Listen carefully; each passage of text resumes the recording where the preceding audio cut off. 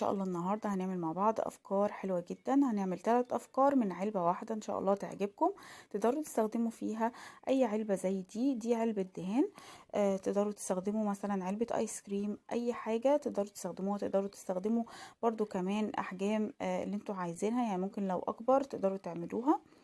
هبتدي كده اجيب العلبة بتاعتي، طبعا غسلتها كويس جدا، وبعدين هبتدي كده اعلم بالقلم الطول اللي انا عايزاه، وبعد كده هقصها باي قطر او هستخدم انا المشرط ده. المشرط ده موجود عند اي مكتبة، بتلاقوه موجود ومتوفر طبعا. ولو عايزين المشرط اللي هو العادي او القطر العادي برضو مفيش اي مشكلة. ببتدي كده دلوقتي ان انا اقص اي زيادة، وممكن تجيبوا اي مكوة وتبتدوا تمرروها عليها كده علشان لو في اي زيادة تتشال، وكمان ما تجرحش ايديكم. دلوقتي انا بقص كده اي زيادة زي ما انتم شايفين، بحاول كده ان انا اظبطها بقدر الامكان. بعد كده هاجي اعلم هنا، هجيب بس قلم بس في الجزء ده انا عايزة بقى اكون يعني القصة بتاعتي مظبوطة كويس، فهعلم كده بالشكل ده. يعني هاخد خط كده بالمقص بالمسطرة، وبعدين هبتدي اقص كل الاجزاء دي بالشكل ده.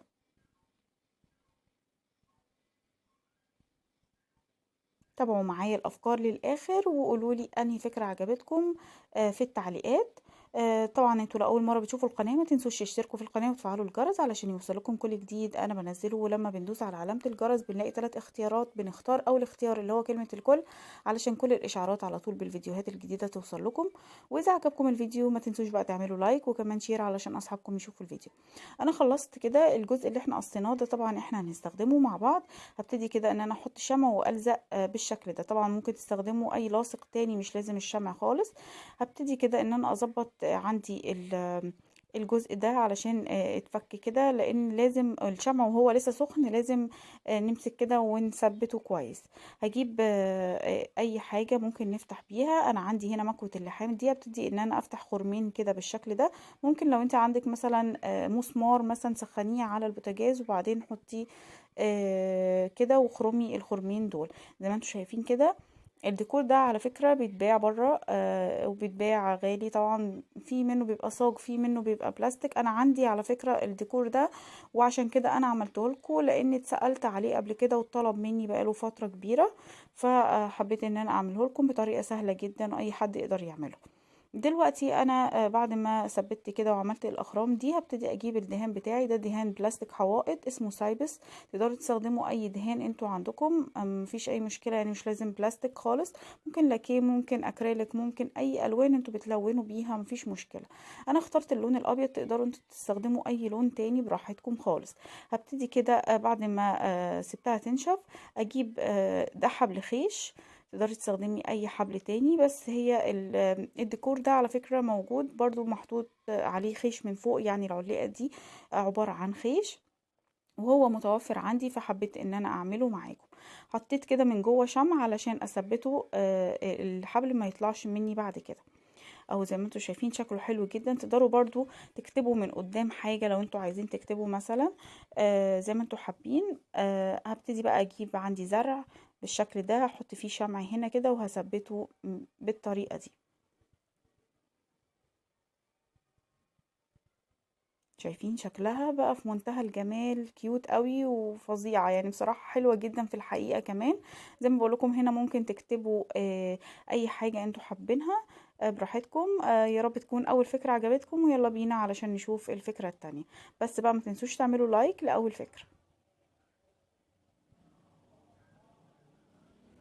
نسيت اقول لكم على حاجة. احنا ممكن لو احنا عايزينها تقف ممكن نجيب ده عندي انصاص لولي، ممكن تحطوها، او لو عندكم اي قواعد ممكن تحطوها برضو علشان لو انتوا عايزين مثلا تقعدوها كده او توقفوها قصدي. هتحطوا كده اللولي كده، هنثبته بالشكل ده، ولو انتوا عايزين تحطوها كده او تعلقوها براحتكم. شايفين شكلها حلو جدا.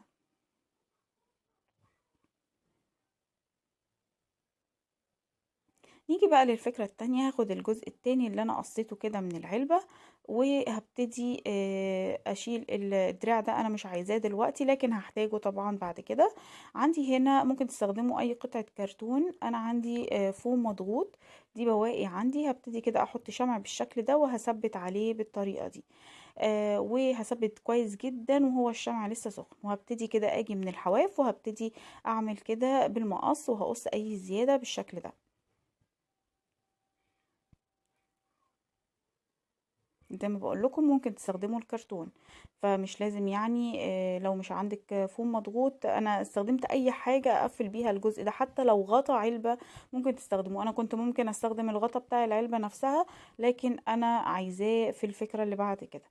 هبتدي اجيب بقى ده ورق، على فكرة دي كانت شكارة، على فكرة كنت واخداها من عطار جنبي، عاملة زي شنط ايكيا. لو مثلا عندك برضو ممكن تستخدمي الورق بتاع الكرافت. طبعا انا عملت معاكم او استخدمت معاكم الورق ده قبل كده في كذا فكرة. فهبتدي كده ان انا اكرمشها بايدي وهلفها كده بالشكل ده، يعني هحط كده شمع وهبتدي الفها بالشكل ده بشكل عشوائي، هتدي شكل حلو جدا في الاخر. وبصوا احنا بنحط شمع وبنثبت بالشكل ده، وبنحاول ان احنا يعني ايه زي نكرمشها كده واحنا ماشيين، او بنعملها كده ونتني فيها زي ما شفتوا معايا. انا ثبتها كده بالشكل ده. هاجي من تحت، بصراحة انا شايفة ان الشكل مش مظبوط قوي، فهبتدي اجيب من الورق اللي هو بتاع على فكرة ممكن برضو تستخدموا ورق اللحمة لان هو اصلا بيبقى ده ورق اللحمة. فهبتدي اجيب الورق بتاعي اللي انا استخدمته وهحط كده شمع وهثبت بالشكل ده. وعلى فكرة الورق ده كمان قوي جدا جدا. هجيب كده وهقص طبعا اي زيادة بالمقص. طبعا الاشكال بقى اللي هي اصلا مش مظبوطه دي من الجنب دي، انا هحاول بقى ان انا اداري كل القص ده اللي احنا قصيناه. هجيب برضو من نفس الورق وهبتدي كده من الجنب وهثبت، بس هشيل طبعا الزيادات اللي انا مش عايزاها. طبعا زي ما بقول لكم انتوا ممكن من البدايه هتروحوا عاملين القاعده بالورقه كده، وبعدين هتلفوا حوالينها بالورق اللي احنا عملناه وكرمشناه. هجيب كده وهثبت بنفس الطريقه اللي احنا كنا شغالين بيها. يعني انا بوريكي ان انت ممكن تتصرفي مثلا لو انت شايفة ان انت في خطوات مثلا مش مظبوطة معاكي، او نسيتي مثلا حاجة، ممكن تتصرفي بالطريقة دي. طبعا الحاجات اللي طالعة دي هبتدي ان انا كده اثبتها بالشمع زي ما انتوا شايفين، وبشيل اي خيوط من الشمع علشان الشكل يبقى حلو في الاخر. عندي بعد كده ورق ده انا برضو استخدمته معاكم قبل كده، دي ورقة انا طبعاها من على تطبيق بنترست. بيبقى في منها كتير في الورقة يعني. فانا خدت منها كده واحدة وقصيتها بالشكل ده. تقدروا تثبتوها يا اما بالشمع او تثبتوها بغيرة او بورنيش مائي، بس انا اخترت اسهل حاجة ليكم وحطيتها كده بالشكل ده. انا طبعا كنت طابعه الورقه فيها كذا واحده من دي كتير جدا. كنت طبعها ب2 جنيه من عند اي مكتب تصوير مستندات بيطبع طباعة ليزر الوان او الوان او ابيض واسود على حسب يعني. وبعد كده هجيب ده قلم دوكو معايا. ممكن تستخدموا الاقلام اللي هي الطباشير، برضو ممكن تستخدموها او تستخدموا اي الوان تانية وتكتبوا عليها الكتابة اللي انتوا حابينها. انا كتبت كلمة هوم، تقدروا تستخدموا اي جملة او اي عبارة انتوا حابين تكتبوها. عملنا بالشكل ده. يعني ممكن تستخدموه كمنظم، ممكن تستخدموه هوريهولكم في الاخر هنستخدمه ازاي، بس يلا نشوف الفكرة التالتة. بس اعملوا للفكرة التانية لايك. هنيجي بقى للفكرة التالتة. هجيب الغطا بتاعي، يعني انا فصصت لكم العلبة كلها عملت بيها 3 افكار.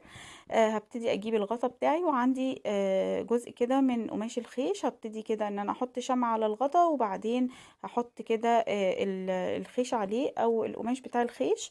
قماش الخيش بيتباع يا جماعة في المكتبات، او بيتباع عند الناس اللي هي بتبيع الأقمشة، او الناس اللي هي بتبيع ادوات المنجدين اللي هي بتاعت الانتريهات والحاجات دي. فانا ده كان عندي بصراحة، كنت شارياه من العتبة. في منه الوان طبعا، والاسعار متفاوتة. يعني انا كنت مرة جبته ب18، مرة جبته ب20، واللي هو عند الناس المنجدين دول بيبيعوه رخيص، يعني ب7 ل9 كده على حسب يعني. انا عملت كده الجزء ده وغلفته كويس جدا زي ما شفتوا. هجيب بقى الدراع بتاع العلبة نفسه، وهجيب من نفس الخيط انا شديت من القماش نفسه خيط كده، وهبتدي ان انا الفه كده حوالين الدراع بتاعي. طبعا انا ثبته زي ما انتوا شفتوا في الاول. هقص الجزء ده طبعا انا عايزاه، هتشوفوا انا هحتاجه في ايه، وهبتدي كده الف حوالين داير وهقص اي زيادة بالشكل ده.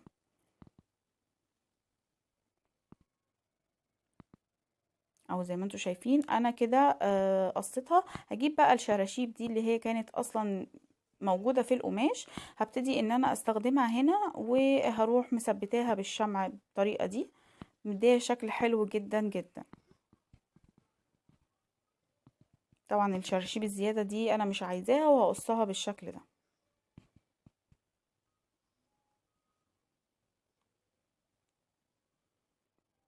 شايفين شكلها بقى حلو؟ يعني لسه احنا مخلصناهاش. هجيب بقى من نفس الخيط اللي انا قلت لكم انا شديته من نفس القماشة، وجبت كده كام فتلة كده، وبعدين هلفها كده حوالين الجزء اللي احنا قصيناه عشان يبقى شكلها حلو في الاخر. وهمشي كده حوالين داير، وهحط شمع، وهثبت كل الاجزاء دي. هجيب بقى الدراع اللي انا عملته معاكم ولفيت عليه الخيط، وهبتدي كده احطه من فوق، وهثبته بالشمع. اهم حاجة بنحط الشمع يا جماعة، وبنثبت كويس جدا، لان الشمع وهو سخن لازم نثبت عليه الحاجة قوي علشان ما تفكش معانا، وتبقى متثبتة كويس جدا. هجيب من الناحية التانية وهعمل بنفس الشكل كده. ممكن تخلوها كده، وممكن تثبتوا برضو الجوانب اكتر، انا هثبت الجوانب اكتر من كده كمان. شايفين بقى 3 افكار حلوين جدا من علبة واحدة. يعني ما عملناش اكتر من علبة، خدنا علبة واحدة. العلبة دي على فكرة مقاس كيلو، فعملت منها ال3 افكار، فصصنا العلبة على الاخر وعملنا بيها الافكار الحلوة الجميلة دي، اللي هي يا رب تعجبكم ان شاء الله.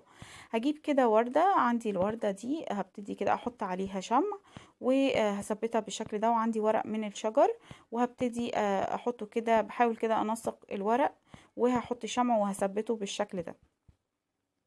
طبعا دي تعليقة حلوة جدا في منتهى الجمال والشياكة، مش شنطة يعني، هي شكل الشنطة كده شوية، لكن هي تعليقة تبقى حلوة جدا. ممكن تعلقوها في اي حتة بقى في البيت عندكم. وعملناها من غطا العلبة والدراع بتاع العلبة. هحط كده ورق الشجر، وبقى شكلها حلو جدا. يا رب تكون الفكرة عجبتكم، او الافكار ال3 عجبوكم. لو عجبوكم بقى ما تنسوش اللايك وكمان الشير. وهستنى بقى رأيكم في التعليقات، قولولي رأيكم ايه وانهي فكرة اكتر عجبتكم. بس واشوفكم ان شاء الله في فيديو جديد. وهسيبكم مع ال3 افكار في النهاية هوريها لكم. بس عايزة اقول لكم برضو ان انا حطيت ورد وزرع في الفكرة اللي هي بتاعة العلبة اللي أنا عملتها بالشكارة، الورق بتاع الشكارة ده. فحطيت فيها الزرع كده، بقى شكلها حلو جدا. أشوفكم إن شاء الله على خير. سلام عليكم ورحمة الله وبركاته.